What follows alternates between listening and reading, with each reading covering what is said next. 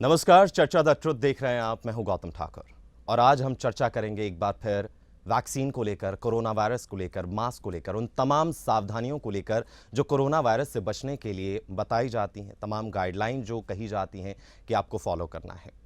दो वेव्स हम देख चुके हैं, भारत दो वेव्स का सामना कर चुका है, जनता तमाम चीज़ें जो हैं वो भुगत चुकी है। हालात आपने देखे हैं कि किस तरीके से हॉस्पिटल्स में बेड के लिए जो है वो दर दर भटकते हुए पेशेंट नज़र आए, ऑक्सीजन सिलेंडर के लिए मारामारी नज़र आई, तमाम दवाओं के लिए मारामारी तक भी हमने देखी है।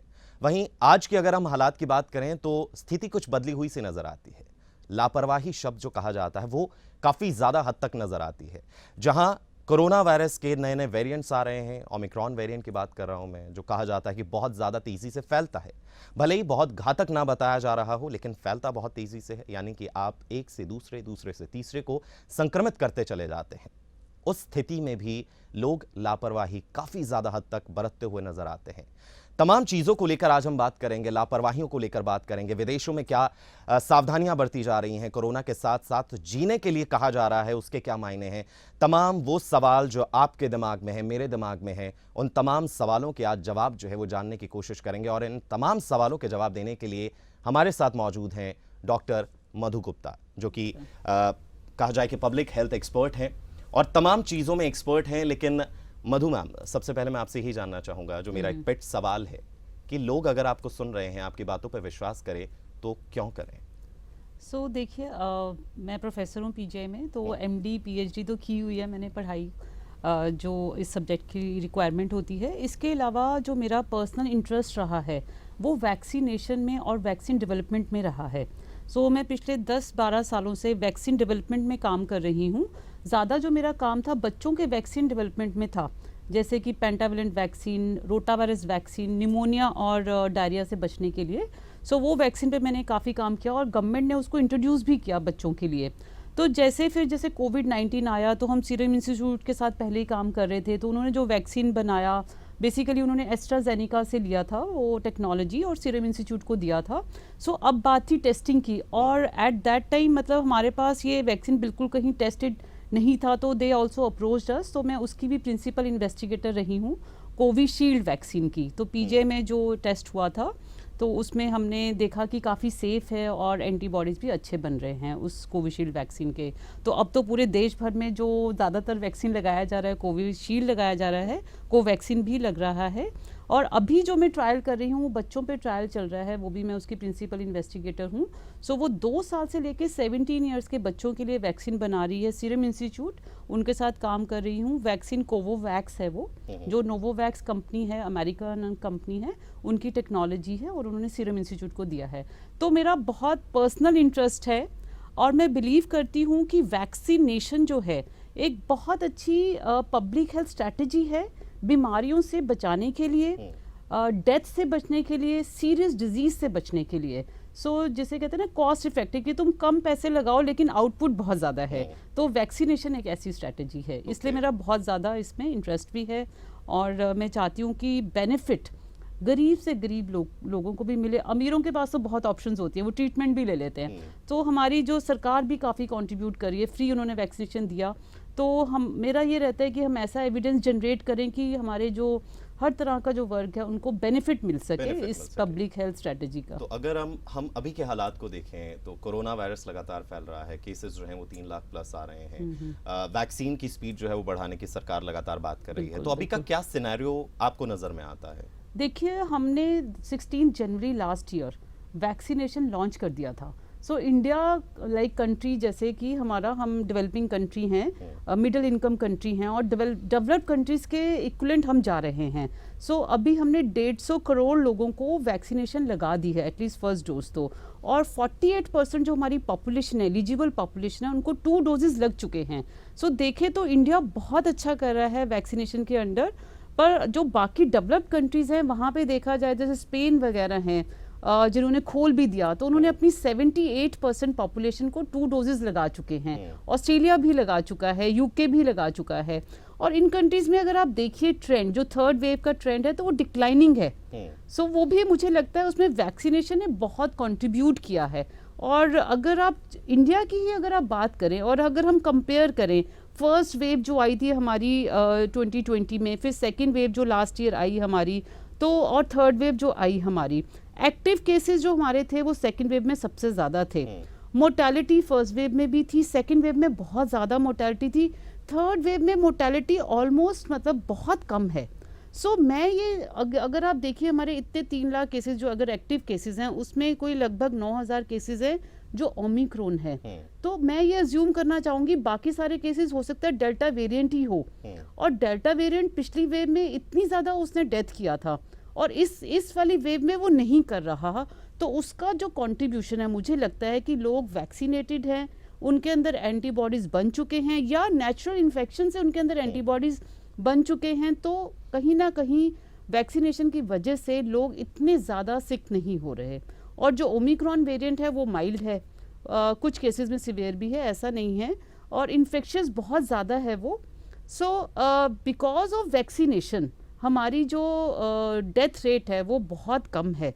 सो जिन्होंने नहीं लगवाए हैं अभी तक भी, जो लोग सोच रहे हैं, मैं उनको यही बताना चाहूँगी कि बहुत अच्छा एविडेंस है जो ये कहता है कि अगर आपने 2 डोजेस लगवा ली हैं और आपके अच्छे एंटीबॉडीज़ बन गए हैं तो जो कोविड के वेरिएंट्स आएंगे आप उससे प्रोटेक्टेड रहोगे। सो ये एक मतलब एक अच्छी बात है वैक्सीनेशन की। जो नए वेरिएंट्स आएंगे उससे प्रोटेक्टिव रहोगे या फिर रह सकते हैं, उसकी संभावना है, क्योंकि जब ओमिक्रॉन आया तब रिसर्चर्स की गई कि आखिर वैक्सीन कौन सी कारगर इस पे साबित हो सकती है। डेफिनेट कुछ भी नहीं कहा गया कि ये वाली वैक्सीन पूरे तरीके से काम करेगी। तो जो कोवैक्सीन का अभी एक्चुअली लेटेस्ट स्टडी आई है, तो वो कोवैक्सीन जो भारत बायोटेक जो बना रहा है उसकी एक स्टडी आई है, उसने ये देखा गया कि ओमिक्रॉन को भी वो न्यूट्रलाइज कर पा रहा है। सो मतलब चेंजेस हैं, मतलब म्यूटेशन है, लेकिन जो एंटीबॉडीज हैं या फिर जो दूसरी तरह की इम्यूनिटी भी होती है जिसे हम सेल मीडिएटेड इम्यूनिटी कहते हैं, तो वो भी काम करती है। अगर तुम वैक्सीन लगाते हो तो दोनों तरह की, एक होती है ह्यूमरल इम्यूनिटी जो एंटीबॉडीज के थ्रू आती है, एक होती है सेल मीडिएटेड इम्यूनिटी, तो वो दोनों तरह की इम्यूनिटी को बिल्ड करता है। सो इसमें ये है कि आपको इन्फेक्शन तो होगी, थोड़ा आपको वायरल फीवर रहेगा, लेकिन सिवियरिटी कि लंग्स आपके पूरे के पूरे खराब हो जाए या लंग्स बहुत ज्यादा इन्वॉल्व हो जाए, उसके चांसेस बहुत कम रहेंगे, यानी कि हॉस्पिटल तक पहुंचने के चांसेस कम। हाँ, तो अब घर में आप आइसोलेशन, जैसे पहले वायरल फीवर होता था उस तरह से आपको ज़्यादातर बीमारी रह रही है, अभी भी हम जो देख रहे हैं कि वही रह रही है, और हफ्ते के बाद आप वापस काम पे जा रहे हो। यानी कि अगर हम ये कहें कि 3 लाख से ज़्यादा केसेस आ रहे हैं तो डरने की बात नहीं, डरने की बात नहीं है, पर एट द सेम टाइम ये भी है कि आप उतना भी क्यों बीमार होना चाहते हो। आप वैक्सीन लगवाइए, मास्क पहनिए और थोड़ी एहतियात बरतिए। क्या मौसम का कोई रिलेशन है? ठंड ज़्यादा बढ़ रही है इसीलिए अब जो है एकदम पीक नज़र आ रहा है। एक्चुअली मौसम को मैं बहुत ज़्यादा नहीं मतलब वो करना चाहती, क्योंकि हमने पिछली पीक देखी थी वो ऑलमोस्ट समर्स में आई थी, मई में आई थी, अप्रैल मई में, तो मतलब ये तो वेरिएंट उस टाइम पे आया है और वेरिएंट इतना इन्फेक्शियस है तो हम पीक देख रहे हैं, पर मेरे ख्याल से ये हर सीज़न में ही आ रहा है, क्योंकि अगर लास्ट ईयर का ट्रेंड देखिए आप तो अप्रैल में तो पूरे हमारे पीक समर्स थे जब ये मतलब हमारे पास डेल्टा वेरिएंट आया था। तो ओमिक्रॉन इस टाइम पे क्योंकि साउथ अफ्रीका में म्यूटेट कर गया वो, उस टाइम पे दिसंबर में वो डायग्नोज हुआ ये वाला वेरिएंट, और उस टाइम पे देन फिर ट्रांसमिट हुआ ऑब्वियसली, क्योंकि इतनी ज़्यादा हमारी आवाजाही है, ट्रैवल है, सो हमारे पास यहाँ पे भी इंडिया में भी बहुत सारे केसेस आ गए और इन्फेक्शियस है। सो मौसम का बहुत ज़्यादा रोल मुझे नहीं लगता होगा। एक सवाल ना और दिमाग में आता है, जब हम गाइडलाइंस को देखते हैं, जब हम केसेस बढ़ते हैं तो सख्ताई गवर्नमेंट करती है, रात का कर्फ्यू लग जाता है, दिन में सारी चीज़ें खुली हैं, कोरोना रात से डरता है, अंधेरे से डरता है, दिन में खुलेआम अटैक करता है, ऐसा कुछ नहीं, है ये क्या? बहुत लोगों के मन में ये ख्याल आता है, और मैं आपको बताऊं अभी जो मेरी मीटिंग हुई थी, अभी जो आप मुझे कॉल कर रहे थे, तो हमारे डिपार्टमेंट में एक public health emergency response committee बनाई गई है, तो उसमें ये सब डिस्कशन होती है और उसका हमारा एक नतीजा निकला, हमारे head and doctor Arun Agarwal, तो हमने एक नतीजा निकाला कि नाइट कर्फ्यू ही क्यों।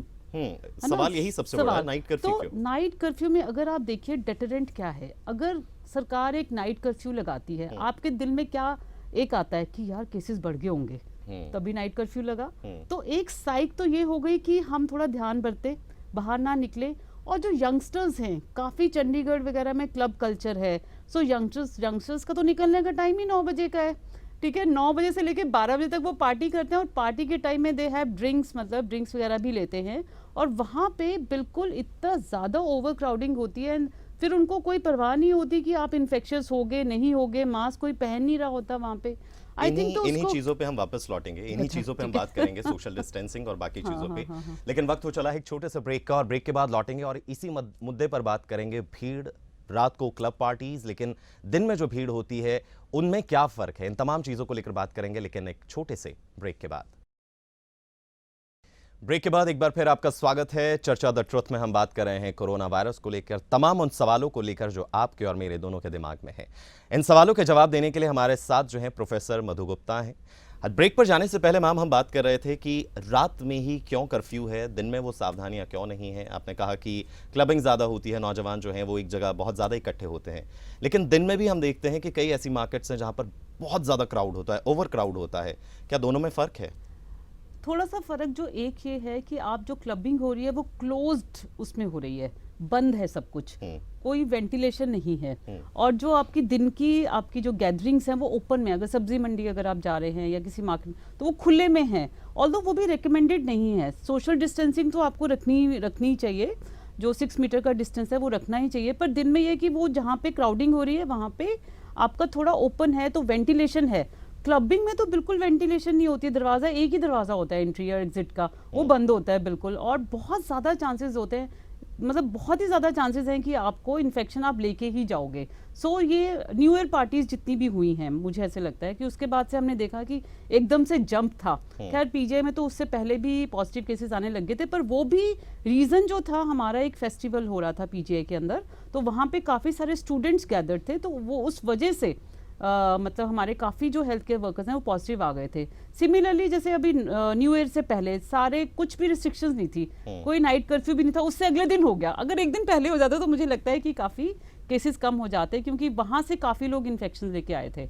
सो दिन में एक्चुअली दिन का थोड़ा बैलेंस भी रखना पड़ेगा हमें, दिन में इकोनॉमी भी हमारी ड्राइव होती है। सो आपके जो ऑफिसेज हैं 50% कर दिया, चलिए स्टाफ वर्क फ्रॉम होम कर दिया, बिजनेसेस हैं उनका भी थोड़ा सा, मतलब इकोनॉमी उस पॉइंट ऑफ व्यू से देखा जाए हम पूरा लॉकडाउन भी नहीं कर सकते। सो दिन में वायरस तो उतना ही इफेक्टिव है, यानी कि रात में कर्फ्यू लगाने का मकसद सिर्फ इतना है कि यंगस्टर्स को रोका जा सके, यंगस्टर्स को रोका जाए, और बहुत भीड़ में होते हैं, वो बिल्कुल भी परवाह नहीं करते कि मास्क डाला है कि रात नहीं। का अगर हम बात करें तो बहुत ज्यादा क्राउडेड नहीं होता है ना, अगर हम कोरोना के स्प्रेड की सिर्फ आई बात थिंक करें। वहीं के लिए, हाँ, लोग तो घर में ही होते हैं ज्यादातर, जिन्होंने नहीं जाना वो Exactly, लोग घर सड़कों में। पे निकलना दिन बंद में है। नहीं लगा सकते because of the economic impact of lockdowns. हमने देखा है लॉकडाउन्स का इम्पैक्ट, तो जो स्पेशली कैसे इकोनॉमी हमारी डाउन जाती है, सो वो बैलेंस आउट भी मतलब मुझे लगता है करने की जरूरत है।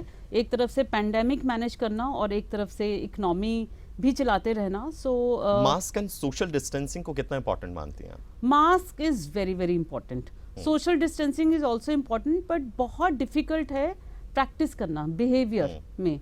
लेकिन मास्क तो ये है कि आप डेफिनेटली लगा के जा सकते हो, और थोड़ा क्लोज भी अगर आप हो तो प्रोटेक्टेड हो। लेकिन ये जो ओमिक्रॉन है ये इतना इन्फेक्शियस है कि इसमें ये देखा गया है कि जो हम पहले कहते थे सर्जिकल मास्क कि वो भी इफेक्टिव है, अब सर्जिकल मास्क से ज़्यादा इफेक्टिव है N95। सो अभी मैं एक्चुअली एक डाटा पढ़ रही थी, उसमें लिखा था कि N95 अगर जो कोविड पॉजिटिव है उसने डाला हुआ है, अगर एक जो कोविड नेगेटिव है उसने डाला हुआ है, अगर दोनों आपस में वो बात कर रहे हैं, चाहे थोड़ा दूरी पे है और नहीं भी हैं, तो एटलीस्ट 25 आवर्स तक वो प्रोटेक्टेड है, तो ट्रांसमिशन नहीं होगा। और अगर वो डिस्टेंस पे हैं, दोनों ने N95 डाला है और डिस्टेंस पे हैं, तो इन्फेक्शन ट्रांसमिट नहीं होगी। There are only less than 1% chances in that case. अभी की रिपोर्ट की बात कर रही हैं? अभी की रिपोर्ट की बात कर रही हूँ कि जो N95 है फॉर ओमिक्रॉन, तो ओमिक्रॉन की इन्फेक्शन के चांसेस लेस देन 1% हैं if both are wearing N95 और डिस्टेंस पे हैं। So it is almost 100% protection. तो यानी वैक्सीन वो जो तमाम चीजें हैं, मास्क जो कपड़े के यूज किए जा रहे हैं, मास्क जो सर्जिकल मास्क यूज किया जा रहा है, यानी कि एक फॉर्मेलिटी रह गई है सिर्फ। हाँ, उसका कपड़े का मास्क को तो कोई भी फायदा नहीं है, वो तो बिल्कुल, वो तो आपको होके रहेगा इन्फेक्शन। सो वो तो मेंटल, फिर तो वो एक चीज है कि चालान से बचने के लिए, हाँ, आई वॉश है वो तो, क्योंकि या तो लोग मास्क पहन रहे हैं या फिर सर्जिकल मास्क भी आप 3 लेयर्स 2 लेयर्स में पहन लीजिए तो प्रोटेक्शन है। पर N95 are very good, N95 पहन के डेफिनेटली देयर इज प्रोटेक्शन। कितने टाइम में चेंज करना होता है N95? 8 आवर्स, 8 घंटे बाद। ओके, अब हम इसी सवाल की ओर जाते हैं कि एक जो अच्छा खासा शख्स है या जो ठीक ठाक सैलरी भी कमा रहा है वो अफोर्ड कर रहा है इन चीज़ों को, लेकिन एक लेबर क्लास जो बहुत ज़्यादा तादाद में है, जो एक मास्क को कई दिनों तक पहनती है और कपड़े के मास्क को ही कई दिनों तक सो पहनती है। कपड़े की भी ट्रिपल लेयर पहन ले वो, मतलब सिर्फ एक कपड़ा नहीं, कई तो मैंने देखा दुपट्टा लेके चले होते हैं लेडीज ना, बस सिर्फ दुपट्टा, तो कपड़े का ही बनाएं, चलो ठीक है, आई एग्री कि अफोर्डेबिलिटी N95 महंगा भी है, सो उसको 3-4 लेयर्स एटलीस्ट डालें, और फिर डिस्टेंसिंग उनके लिए बहुत इंपॉर्टेंट है, फिर वो मतलब कि यानी वो पूरी भी तरीके से फेस आपका हाँ, कवर होना चाहिए और नाक 8 नाक और फेस घंटे बाद आपको उसे हाँ, चेंज करना चेंज चाहिए। करना चाहिए, बिल्कुल। इसमें एक तबका और है जो ये कहता है कि अगर आप बहुत देर तक मास्क पहनते हैं तो आपको कोरोना से आप भले ही ना मरे, लेकिन और कई बीमारियों से आप जरूर मर जाएंगे, आपको कई और लंग की प्रॉब्लम्स हो सकती हैं। ऐसा नहीं है कि कोई आम लोग कह रहे हैं, पढ़े लिखे लोग कह रहे हैं, रिसर्चर्स पे दावे कर रहे हैं वो कि अगर आपने मास्क पहने तो आ सकते हैं, बच्चों ने मास्क पहने तो उनको कई बीमारियां हो सकती हैं। सो ऐसा तो नहीं कि पहनने से हो सकती है, मुझे लगता है कि वो ज़्यादा प्रोटेक्टेड रहेंगे। जैसे फॉर एग्जांपल अभी ये देखा गया कि जो लोग मास्क पहन रहे थे, तो जो एलर्जीज हैं, जो हमारी लंग इन्फेक्शंस या एलर्जी की प्रॉब्लम होती है, वो काफ़ी कम हो गई। सो उसकी मास्क की वजह से जो एयर पोल्यूशन का इफेक्ट है वो भी काफ़ी कम हुआ, सो रेस्पिरेटरी डिजीजेस कम करने के लिए, क्योंकि तुमने मास्क पहना हुआ है। सो मेरे को लगता है उसके बेनिफिट ज़्यादा हैं, और जो ये मुझे मिथ लगता है ज़्यादा कि ऐसा, दिस इज ए मिथ कि आपको और मतलब आपको आपका सांस घुट जाएगा या ऐसा कुछ होगा। हाँ, थोड़ा वेंटिलेशन तो चाहिए, क्योंकि N95 पूरा, देखिए डॉक्टर्स तो अंदर ICU में होते हैं, तो उनकी ड्यूटीज 24 आवर्स होती हैं, उनको तो कुछ नहीं होता। सो मतलब मैं ये कहूंगी कि ये मिथ है, तो मास्क के अगेंस्ट का ये मिथ है, ऐसा कुछ मास्क लगाने से ऑक्सीजन लेवल डाउन जाता ऐसा है? नहीं है। तो मैं यही तो बता रही हूँ, डॉक्टर्स तो अंदर ही होते हैं, 24 आवर्स की ड्यूटी करके आते हैं। सो अगर ऐसा होता तो फिर तो वो भी बीमार होते जो पेशेंट की केयर कर रहे हैं। सो ऐसा नहीं है, ऐसा नहीं है बिल्कुल। और ये काफ़ी ज़्यादा टेस्टेड होते हैं, इनके एक्सपेरिमेंट्स होते हैं मास्क का। जब ये मार्केट में आने से पहले इनकी पूरी टेस्टिंग की जाती है कि कितने ये सेफ है, और ऑक्सीजन के लिए कोई रिस्ट्रिक्शन तो नहीं होगी मास्क डालने से। सो मतलब उसके बाद ही ये मार्केट में आते हैं, तो मुझे नहीं लगता ऐसी कोई प्रॉब्लम होगी मास्क डालने एक से। तबका ये भी कहता है ये कोरोना नहीं है, ये एक फर्जीवाड़ा है, वैक्सीन सिर्फ एक प्रॉफिट कमाने का तरीका है। जिन्होंने वैक्सीन बनाई आज वो और करोड़ों छाप और रहे जो हैं। डेथ्स हुई हैं इतनी सारी, वो उसके लिए क्या कहते हैं? मतलब ये बिल्कुल ही गलत धारणा है, ठीक है। ये तो लैब में हमने टेस्ट कर लिया, सारे हमारे लैब्स में हमने वायरस ग्रो करके देख लिए, वायरस है भाई। ये भी कहा जा रहा है कि कोविड जो वायरस है वो पहले से एग्जिस्ट कर रहा है। हाँ, ये तो है। कोविड-19 अब आया है। ये तो बिल्कुल सही बात है। जो कोरोना वायरसेस हैं, ये तो बहुत पुराने हैं, हम उसके साथ ही जी रहे हैं, लेकिन अब ये कोरोना कोविड-19 तो जो कॉमन कोल्ड है, ये कॉमन कोल्ड ही करता था, लेकिन ये न्यू वेरिएंट आप कह लीजिए, ये न्यू वेरिएंट है कोविड-19, जो हमने ऐसा वेरिएंट नहीं देखा था, ठीक है। तो उसके बाद जो आया अल्फा वेरिएंट आया, वो इतना डेडली नहीं था। ये वायरसेस की एक फितरत होती है कि अपने आप को जीन को चेंज करते रहते हैं, जिनको आप म्यूटेशंस कहते हो। फिर उसके बाद डेल्टा आया जो काफ़ी डेडली था, डेल्टा। अब और चेंज हुआ तो ओमिक्रॉन आ गया, जो माइल्ड है, मतलब इतना खतरनाक नहीं है। इसके आगे भी आएंगे, this is not the end. पर ये है कि हम थोड़ा सा बेटर प्रिपेयर हो सकते हैं। ये भी हो सकता है कि जैसे इन्फ्लुएंजा के बारे में आपने सुना होगा, और उसका इन्फ्लुएंजा का जो शॉट है वो एवरी ईयर लगाना पड़ता है अपने आप को प्रोटेक्ट करने के लिए, वो भी काफ़ी डेडली होता है, निमोनिया करके बंदा मर जाता है उसमें। इसी तरह से हो सकता है हमें भी कोविड-19 के लिए every year, depending upon the strain, एक शॉट लगाना पड़े, बूस्टर शॉट। तो ये हो सकता है, दिस इज अ पॉसिबिलिटी। अभी की जो हम 2 शॉट वैक्सीन ले रहे हैं, वो उसकी वैलिडिटी अगर हम बात करें कि कब तक की वैलिडिटी है उसकी? देखिए उसकी वैलिडिटी क्लियर है कि 8-9 महीने थी, 9 महीने बाद बूस्टर आ गया आपके पास, बूस्टर से और बूस्ट हो जाएगी आपकी इम्यूनिटी, ठीक है। तो अगर ये वैक्सीन पूरी तरह चेंज हो जाता है, तो क्या होगा कि आपके जो एंटीबॉडीज हैं उस वायरस के अगेंस्ट काम नहीं करेंगे। उस टाइम पे जरूरत हो सकती है कि हमें न्यू वैक्सीन चाहिए हो। तो मतलब जैसे हमने इन्फ्लुएंजा के लिए एवरी ईयर न्यू वैक्सीन आता है, जो जिस तरह का वेरिएंट होता है उस तरह का वैक्सीन आया जाता है। तो इसी तरह से हो सकता है कोविड-19 के लिए भी हमारी ये सिचुएशन बने कि हम एवरी ईयर न्यू वैक्सीन हमें बनाना पड़े, और USA ने तो शुरू भी कर दिया काम इसके लिए। यानी अगर हम ये कहें कि अभी भी एक्सपेरिमेंट मोड ही चल रहा है तो गलत नहीं होगा? हाँ, कि अभी भी हम एक्सपेरिमेंट का ही हिस्सा हैं? देखिए एक्सपेरिमेंट करके हमें 1 साल तो काफ़ी फ़ायदा हुआ। मैं ये कहूँगी कि थर्ड वेव इतनी डेडली नहीं है। थर्ड वेव में केसेस बहुत ज़्यादा हैं, लेकिन मर बहुत कम लोग रहे हैं। ये एक बहुत बड़ी अचीवमेंट है। और ये अचीवमेंट मैं इसमें बहुत ज़्यादा कंट्रीब्यूशन वैक्सीनेशन ड्राइव का दूंगी। नेचुरल इन्फेक्शन भी है, लेकिन हम जो नहीं मरे हैं, मुझे खुद को कोविड-19 हो गया तो, और मैं 2 डोजेस ले चुकी थी। मतलब जो एक कंफर्ट लेवल था हमारे घर में, मेरे इन लॉज, मेरे पेरेंट्स, सबको हुआ, और इन लॉज सारे कोमॉर्बिड हैं, हाइपरटेंसिव हैं, डायबिटिक हैं, स्टेंट डला हुआ है, कार्डियक प्रॉब्लम्स हैं, और वो ठीक हो गए, सिवियर नहीं हुआ। तो मैं इसलिए मुझे ज़्यादा विश्वास है वैक्सीन्स के ऊपर, क्योंकि उनके अंदर एंटीबॉडीज बन चुके थे, तो अगर हुआ तो माइल्ड हुआ, उनको हॉस्पिटलाइज नहीं किया गया। जो मोर्टेलिटी कम की है वैक्सीनेशन में, वो बहुत ज़्यादा है, बहुत ज़्यादा फायदा है। वैक्सीन पर ही बात करेंगे। एक वक्त हो चला एक छोटे से ब्रेक का, ब्रेक के बाद लौटेंगे और वैक्सीन के मुद्दे पर ही बात करेंगे। और बात की जा रही है कि वैक्सीन आपको हॉस्पिटलाइज्ड होने से बचाती है। इस पर कई सवाल हैं जो मेरे हैं, और मधु मैम से वही सवाल लेंगे। एक छोटा सा ब्रेक लेते हैं, जल्द लौटेंगे। ब्रेक के बाद आपका स्वागत है। चर्चा द ट्रुथ में बात कर रहे हैं मधु मैम से, प्रोफेसर मधु गुप्ता से, जो कि कई सवालों के जवाब दे रही हैं। और ब्रेक पर जाने से पहले हम बात कर रहे थे वैक्सीन को लेकर।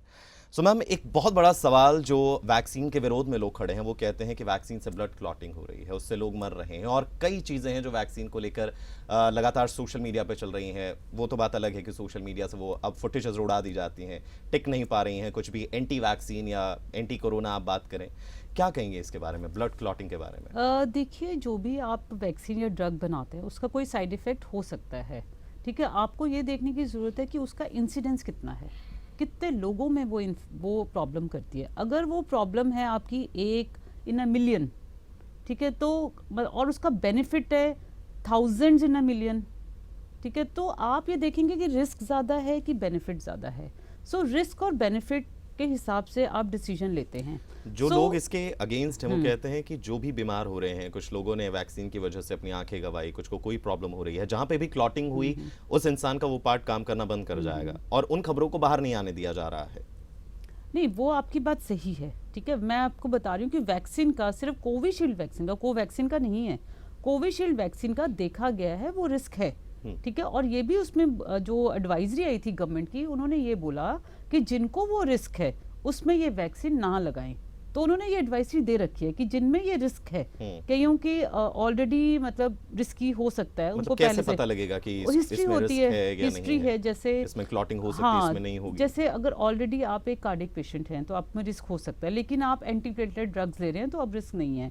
लेकिन वो एक वो जो ग्रुप है, वो ग्रुप ऑफ पेशेंट थोड़ा रिस्की है, या जिसको पहले से हो चुका है, ठीक है, तो वो रिस्क है, उसमें कॉन्ट्रा इंडिकेटेड है, बिल्कुल नहीं देना है वो वैक्सीन। ये एडवाइजरी गवर्नमेंट ने बहुत पहले निकाल दी थी, जब पता चला गवर्नमेंट को कि ऐसे रिस्क हो रहे हैं। पर जैसे मैं आपको बताऊं कि ये एक पब्लिक हेल्थ स्ट्रैटेजी है, और पब्लिक हेल्थ स्ट्रैटेजी तुम किस बेसिस पे लेते हो? रिस्क हर चीज का होता है। देखो, पैरासिटामोल का भी ना आपको कोई ना कोई एक ना एक आधा कॉम्प्लिकेशन का मिल जाएगा, लेकिन बेनिफिट कितना ज्यादा है उसका आप देखिए, कितनी ज्यादा डेथ्स आपने प्रिवेंट कर दी हैं, कितनी हुई और कितनी प्रिवेंट कर दी, वो अगर आप देखिए तो एक बैलेंस डिसीजन फिर लिया जाता है। उस टाइम पे जो कमेटी होती है, नेशनल टेक्निकल एडवाइजरी ग्रुप है ऑन इम्यूनाइजेशन, एनटागी, और नेटवैक है जो सिर्फ कोरोना वैक्सीन के ऊपर डिसीजन लेती है। वो सारी चीज़ें वो ध्यान में रखते हुए, एविडेंस देखते हुए वो ये डिसीजन लेते हैं कि हाँ, वैक्सीन पॉपुलेशन को देना ज़्यादा फ़ायदेमंद है, rather than इसको स्टॉप कर देना जस्ट बिकॉज कि आपके पास कुछ केसेस ऐसे आ गए हैं। कि डेथ रेट कम हुआ, उसका एक कारण हार्ड इम्यूनिटी भी तो हो सकता है, लोग इन्फेक्टेड हुए, उनकी बॉडी ने हार्ड इम्यूनिटी का रिस्क आप बहुत ज़्यादा उठा रहे हैं। हार्ड इम्यूनिटी का मतलब आप लोगों को नेचुरल इन्फेक्शन दे रहे हैं, उसमें से आपके 20-30% लोग मर जाएंगे। लेकिन वैक्सीन के बाद भी तो इन्फेक्टेड हो रहे हैं। वैक्सीन के बाद इन्फेक्ट हो रहे हैं लेकिन मर नहीं रहे, बहुत फ़र्क है। तो जो मोर्टेलिटी है वो वैक्सीन के बाद बहुत कम है। आप हर्ड इम्यूनिटी भी बढ़ा रहे हैं और लोग मर भी बहुत कम रहे हैं। वो एक अच्छी स्ट्रैटेजी है, रेदर देन नेचुरल इन्फेक्शन होने दो। तो उसमें 30-40% आपने डेल्टा वेव में देखा, बहुत ज़्यादा हाई रिस्क था हमारा मरने का, तो उसमें इतने लोग मर गए। इम्यूनिटी बढ़ी, उसमें भी नेचुरल इम्यूनिटी आई, लेकिन हमने उसकी कॉस्ट बहुत ज़्यादा पे की है, ठीक है, और हेल्थ सिस्टम को इतना बर्डन किया और लोग मर भी गए, ऑक्सीजन की भी काफ़ी शॉर्टेज रही। सेकेंड, आपके पास ऑप्शन है कि आप वैक्सीनेट कर दो, मोर्टेलिटी काफ़ी कम होगी। हो सकता है एक आधे आपके जो रिस्क बता रहे हैं वो लोग भी होंगे, पर वो नंबर बहुत कम होगा और बाकी सारे लोग प्रोटेक्टेड रहेंगे, आपकी हर्ड इम्यूनिटी बहुत अच्छी होगी। So that is a better strategy, public health strategy. क्योंकि यहाँ पे सवाल ये उठता है कि अगर कोई भी वैक्सीन लगवाने जा रहा है तो वो इसी सोच के साथ जा रहा है कि मैं सेफ रहूंगा, और अगर उसको इस तरीके की प्रॉब्लम होती है तो जिस पर्पस के साथ वो गया वो तो फेल हो गया। सो वो जो आप कह रहे हैं ना, वो एक इंडिविजुअलाइज्ड अप्रोच है। मैं आपको ये बताना चाह रही हूँ, जो नेशनल इम्यूनाइजेशन शेड्यूल में जो स्ट्रैटेजी जाती है वो एक इंडिविजुअल के ऊपर ध्यान में रखते हुए नहीं जाती, वो ये जाती है एट अ लार्ज मास को। ठीक है, हमारी इतनी ज़्यादा पॉपुलेशन है, उसको क्या फ़ायदा होगा। हम एक पर्सन का नहीं सोचते उस टाइम पे, क्योंकि उस टाइम पे एक पर्सन को हम बचा लेंगे लेकिन हम मारेंगे बहुत ज़्यादा लोगों को। हमारे पास वो सिचुएशन, अगर हम वैक्सीन नहीं देते, सपोज हमारे पास एक केस आ गया ऐसा, तो हम इतने ज़्यादा लोगों को एट रिस्क कर रहे हैं जो नेचुरल इन्फेक्शन से मर जाएंगे। क्या ये जो वायरस है ये एज डिफरेंस देखता है इन्फेक्टेड करने से पहले? हाँ, ये इम्पॉर्टेंट है, बहुत इम्पॉर्टेंट बात है। जो वायरसेस होते हैं ये बॉडी में कैसे एक्शन लेते हैं, सो ये बॉडी के अंदर रिसेप्टर ढूंढते हैं। रिसेप्टर मतलब जो उनको रिसीव करेगा। तो जो रिसेप्टर है, जैसे ये कोविड-19 का जो रिसेप्टर है, ये लंग्स के अंदर जो सेल्स हैं वहाँ पे एक रिसेप्टर होता है, ACE2 रिसेप्टर कहते हैं उसको। सो उस रिसेप्टर के साथ ये जुड़ जाता है और फिर ये हमारे सेल्स के अंदर घुस जाता है और बीमारी प्रोड्यूस करता है। बच्चों में देखा गया है कि जो ये ACE2 रिसेप्टर होता है जिससे ये रिसीव होता है लंग्स में, वो कम है। तो इसलिए बच्चों में बहुत ज़्यादा होती भी है तो माइल्ड होती है, बहुत ज़्यादा सिवियर इन्फेक्शन नहीं होती और कम चांसेस हैं उनको होने की। इन्फेक्शन होगी लेकिन डिजीज सिवियरिटी कम होगी उनमें। तो दे कैन ट्रांसमिट, वो ट्रांसमिट कर सकते हैं। घर में जो बूढ़े बुजुर्ग हैं उनको दे सकते हैं, और बुजुर्गों में वो रिसेप्टर बहुत मात्रा में होता है और उनमें काफ़ी सिवियर बीमारी हो सकती है अगर वो वैक्सीनेटेड नहीं है। अगर वैक्सीनेटेड हैं तो वो प्रोटेक्टेड रहेंगे। बच्चों को वैक्सीनेट करने को कितना सही मानती हैं? बच्चों को वैक्सीनेट करने का एक जो फ़ायदा है वो ये है कि ट्रांसमिशन, चेन ऑफ ट्रांसमिशन रुकेगी। वो मुझे सबसे बड़ा फ़ायदा लगता है। सो चेन ऑफ ट्रांसमिशन, हमने पैंडेमिक कभी तो कम करना है ना। सवाल ये भी आता है कि चेन कैसे टूटेगी? आपने वैक्सीन लगवाई, उसके बाद भी आप इन्फेक्टेड हो रहे हैं, चांसेस हैं आप दूसरे को इन्फेक्ट करेंगे, कैसे चेन टूटेगी? सो बच्चों को जब जैसे आप देंगे, ये आपकी बात बिल्कुल ठीक है कि बच्चों को जैसे अगर अभी क्या हो रहा है कि चेन ऑफ इन्फेक्शन थोड़ी सी कम होगी, डेफिनेटली वैक्सीनेशन से भी थोड़ी कम होती है क्योंकि वायरल लोड थोड़ा कम होता है। ठीक है, चांसेस हैं। देयर आर स्टडीज जो कह रही हैं कि इन्फेक्शन रेट भी थोड़ा कम हुआ वैक्सीनेशन की वजह से। There are studies now they are saying कि हाँ, ये जो कोवैक्सीन हम दे रहे हैं बच्चों को, सो उससे भी बच्चे तो प्रोटेक्टेड हैं लेकिन चेन ऑफ इन्फेक्शन भी थोड़ी कम होगी अगर हम बच्चों को वो वैक्सीन दे रहे हैं 15 to 18 ईयर्स। सेकेंडली जो इसमें मैं आपको बताना चाह रही थी कि जब वायरस को कोई ससेप्टेबल नहीं मिलेगा कम्युनिटी में, तो वो उनके पास कौन सी पॉपुलेशन रह जाएगी? बच्चे रह जाएंगे। सो बच्चों को फिर हो सकता है कि ज़्यादा सीरियसली इन्फेक्ट करे, ज़्यादा सीरियसली, क्योंकि बाकी सब तो इम्यून है। सो बच्चों में वो जाके उनको ज़्यादा ही मतलब उनमें ज़्यादा वो उसका बुरा असर हो सकता है। ये प्रिडिक्ट किया गया था इसके लिए ओमिक्रॉन, ऑल्दो इतना हुआ नहीं कि बच्चों में हम ये सोचते थे, काफ़ी सारे हमने हॉस्पिटल्स भी रेडी कर दिए थे कि हो सकता है अब बच्चे ही रह गए हैं अनइम्यूनाइज, तो बच्चों में ये मतलब ज़्यादा हो सकता है सिवियर हो, पर थैंकफुली उतना हुआ नहीं। मतलब आगे को देखकर कि आगे कोई ऐसा वेरिएंट ना आए। आज हम बच्चों को वैक्सीनेट कर रहे हैं, बच्चों को भी रिस्क है ब्लड क्लॉटिंग का? बच्चों को बहुत कम है। बच्चों में वैसे भी मतलब जो हमारे लाइफस्टाइल रिस्क फैक्टर्स हैं वो भी कम होते हैं। ठीक है, तो बच्चों में कम है। क्रॉनिक डिजीज़ वालों में ज़्यादा होता है, जैसे डायबिटीज़ है, हाइपरटेंशन है, या फिर लिपिड प्रोफाइल जिनका डी रेंज है, उनमें ज़्यादा चांसेस होते हैं। जैसे कोलेस्ट्रॉल लेवल इज़ हाई, तो उनमें ज़्यादा। तो एज रिलेटेड एजिंग के साथ जो चेंजेस आते हैं ब्लड वेसल्स में, उनमें रिस्क के ज़्यादा चांसेस है। बच्चों की तो फ्रेश होती हैं सारी ब्लड वेसल्स। आम लोगों के दिमाग में एक सवाल और आता है कि जब इलेक्शंस आते हैं, थोड़ा सा पॉलिटिकल हो जाता है हल्का सा, कि जैसे इलेक्शन आते हैं तो रैलियां बहुत होती हैं, और खासकर इस टाइम में भी लाखों की तादाद में लोग, हजारों की तादाद में लोग एक रैली में इकट्ठे हुए। वहां पर गाइडलाइंस नहीं है, वहां पर मास्क नहीं है, वहां पर सोशल डिस्टेंसिंग नहीं है। वहां मैं टोटली एग्री करती हूँ, वहां होने चाहिए। As a public health expert होनी नहीं चाहिए रैलीज। सो मैं तो यही कहूँगी कि आप पैंडेमिक में रैली क्यों कर रहे हो, मतलब वाई। सो डिफरेंट मेथड्स होने चाहिए एड्रेस करने के लिए। ऑनलाइन करना चाहिए, ठीक है, तो होनी नहीं चाहिए, एक्चुअली में नहीं होनी चाहिए, क्योंकि बहुत ज़्यादा रिस्क है ट्रांसमिशन का। और अगर करनी भी है तो सोशल डिस्टेंसिंग एंड मास्क के साथ, इफ़ एट ऑल रिक्वायर्ड। एक अंदाज़ा लगाइए, हमेशा मेरे दिमाग में एक सवाल रहता है कि मान लीजिए मैंने मास्क लगाया है, लेकिन मैं किसी मार्केट में जा रहा हूँ, क्या मैं सेफ हूँ? सोशल डिस्टेंसिंग कैसे फॉलो हो पाएगी किसी मार्केट में, किसी रैली में? हम ये कह तो देते हैं कि मास्क लगाइए, सोशल डिस्टेंसिंग फॉलो कीजिए, लेकिन हाउ, कैसे वो फॉलो हो पाएगी? कोई तो हो, मतलब वहाँ पे हमें ऐसे गार्ड्स चाहिए जो, मतलब ह्यूमंस, हम एज ह्यूमन ना फॉलो नहीं करते जब तक डंडा ना हो।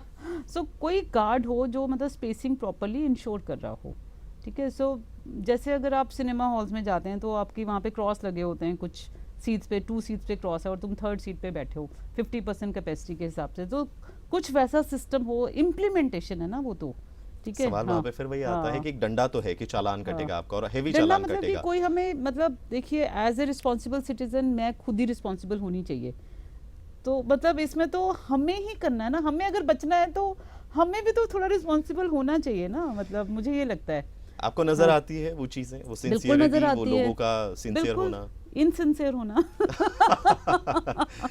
लोग नहीं सुन रहे नहीं हैं सुनते, नहीं सुनते। इतना सब कुछ होने के बाद एक्चुअली भी। ओमिक्रॉन थोड़ा माइल्ड भी है, अगर लोगों को लगता है कि हो जाएगा तो इतना, मतलब स्पेशली दिस वाले पीक में, सो बहुत ज़्यादा सीरियसनेस नहीं है, सो तभी तो केसेस इतने ज़्यादा आए जा रहे हैं, आए जा रहे हैं, किसी से आए जा रहे हैं। फिलहाल वक्त हो चला है एक छोटे से ब्रेक का, और ब्रेक के बाद बात करेंगे कुछ और अहम सवालों को लेकर। मधु गुप्ता जी हमारे साथ हैं और बात करेंगे कुछ इंटरनेशनल लेवल पर क्या गाइडलाइंस फॉलो हो रहे हैं, किस तरीके से कोरोना के साथ जीने के लिए जो है वो बात की जा रही है, आखिर इसका मतलब क्या है, ये जानने की कोशिश करेंगे। एक छोटा सा ब्रेक लेते हैं, जल्द लौटेंगे। ब्रेक के बाद एक बार फिर आपका स्वागत है चर्चा द ट्रुथ में। डॉक्टर मधु गुप्ता हमारे साथ हैं, प्रोफेसर हैं, कई चीज़ों पर बहुत बेहतरीन जानकारी रखती हैं। और सवाल हमारा अब ये है आपसे मैम कि एक तरफ कोरोना वायरस फैल रहा है, ब्रिटेन की बात कर लेते हैं जहां वायरस का पीक अब कह रहे हैं कि डाउन में जा रहा है, डाउनफॉल उसका आ गया है और पूरी तरीके से ओपन करने की बात हो रही है। एक ये चीज़ पहले भी हमने सुनी और अब भी हम सुन रहे हैं कि कोरोना के साथ रहना जो है वो सीखना होगा, क्या मायने हैं इसके? मुझे लगता है कि काफ़ी ठीक स्टेप है ये। अल्टीमेटली हमें भी इस तरफ सोचना चाहिए, इंडिया को भी सोचना चाहिए। जब आपके केसेस कम आ रहे हैं तो हेल्थ सिस्टम पे भी बर्डन थोड़ा सा आपका कह रहे हो कि कम है, और उनकी जो सबसे अच्छी स्ट्रैटेजी है, उनकी ऑलमोस्ट 78% पॉपुलेशन वैक्सीनेटेड है, ठीक है, और वो वैक्सीनेशन कंटिन्यू है अभी भी, ठीक है। तो जो भी अनवैक्सीनेटेड हैं उसको भी वो कवर कर रहे हैं। एक तरह से उन्होंने पॉपुलेशन को भी इम्यूनाइज कर दिया, ठीक है, और आप उनके केसेस भी कम आ रहे हैं, तो ट्रांसमिशन भी आप ये कह लो कि धीरे धीरे कम हो रहा है कम्युनिटी के अंदर। उन्होंने अगर ओपन किया है तो मेरे को लगता है कि ये ठीक स्टेप है, और ultimately we have to live with it. जैसे कि बाकी अगर जब हम इम्यून हो ही गए हैं, ठीक है, आएगा भी तो एक माइल्ड इन्फेक्शन करके चला जाएगा, जैसे पहले कोल्ड होता था या वायरल फीवर होता था, तो वैसे आके चला जाएगा वायरस, अनलेस कि कोई न्यू वेरिएंट आ जाए जो बहुत डेडली हो। तो हम है कि तो WHO फिर यही कह रहा है कि हाँ, जब तक ये हमारे बीच में रहेगा, नए नए वेरिएंट आएंगे नए-नए और परेशान वेरिएंट, करते तो रहेंगे। मतलब दैट स्टेज पे we can take a call, ठीक है। तब आपको लगता है कि कोई ऐसा आता है, उसको आइसोलेट कर लीजिए या फिर वो कंटेनमेंट जोन बना लीजिए, लेकिन मतलब हमेशा के लिए एक डर के साथ रहना थोड़ा डिफिकल्ट है डेफिनेटली, स्पेशली जब आपने you have tried everything, all the possible public health strategies आपने इम्प्लीमेंट कर दी, रोक भी लिया, केसेस भी कम आ गए, तो this is the next step, खुलना ही है फिर तो। यानी कि बहुत ज़्यादा एक्सपेरिमेंट हो गए हैं, अब बस किया जाए। मैं ये नहीं कहूँगी कि एक्सपेरिमेंट्स हुए, मैं ये कहूँगी कि हाँ एविडेंस बेस्ड डिसीजंस लिए गए, जो एविडेंस आया उसके हिसाब से डिसीजन लिए गए, और वो इफ़ेक्टिव भी रहे, और उन्होंने केसेस भी कम किए, मोर्टेलिटी कम की है, अब उनका जो पीक है वो डाउन आ रहा है। Now this is the next right decision which they have taken, it's okay. मतलब जब कंट्रीज उस लेवल पे आ जाएं, जैसे इंडिया की भी अगर 70-80% आपकी पॉपुलेशन इम्यूनाइज हो जाए, जो भी 48% है डबल डोजेज से मैं कह रही हूँ, और हमारे केसेस आने नीचे शुरू हो जाएं पीक, हम भी सोच सकते हैं ये करने का। हेल्थ सिस्टम की अगर हम बात करें कि हम कोरोना के साथ जीने की बात करें, यानी कि अगर आगे जाके रिस्क आता है, लोग बहुत ज़्यादा तादाद में इन्फेक्टेड होते हैं तो फिर हॉस्पिटलाइज होंगे। आज हॉस्पिटल का बिल पे करना मतलब कि अपनी पूरी ज़िंदगी की कमाई वहाँ झोंक देना है, क्या कहेंगे? ऐसा तो नहीं है, आपके जो सरकारी अस्पताल हैं वहाँ पे तो मतलब आपका ऑलमोस्ट फ्री ट्रीटमेंट हो जाता है, तो बहुत ज़्यादा पैसे नहीं है। और अगर आप स्पेशली जो आयुष्मान भारत के अंडर अगर आप होते हो तो एब्सोल्युटली फ्री है वो तो 5 लाख तक एब्सोल्युटली फ्री है पुअर पेशेंट्स के लिए। सो प्राइवेट में डेफिनेटली है, प्राइवेट की कॉस्ट बहुत ज़्यादा है, स्पेशली आईसीयू वगैरह की। सो एक दिन की कॉस्ट बहुत ज़्यादा है। सो जब बेड्स मिलने मुश्किल हो गए तो लोगों को वहाँ जाना भी पड़ा था, ऐसी बात नहीं है। सो लेकिन अभी जो मैं कहूँगी हमारा, क्योंकि हमारी मीटिंग्स होती रहती हैं तो हेल्थ सिस्टम काफ़ी अच्छे से प्रिपेयर्ड है और हमारे जो बेड्स हैं वो काफ़ी मतलब मैं ये कहूँगी कि हम प्रिपेयर्ड हैं कि ऐसी कोई नौबत आएगी नहीं कि जो पुअर पेशेंट है उसको बेड ना मिले सरकारी अस्पताल में। आने वाले वक्त की जिसकी हम बात कर रहे हैं, कोरोना के साथ जीने की बात कर रहे हैं, उसके लिए कितने तैयार हैं हम? क्या बेड्स प्रॉपर होना क्या काफ़ी है? नहीं, उसके लिए देखिए, उसके लिए सिर्फ बेड्स होना काफ़ी नहीं है, वो तो लास्ट स्टेप है।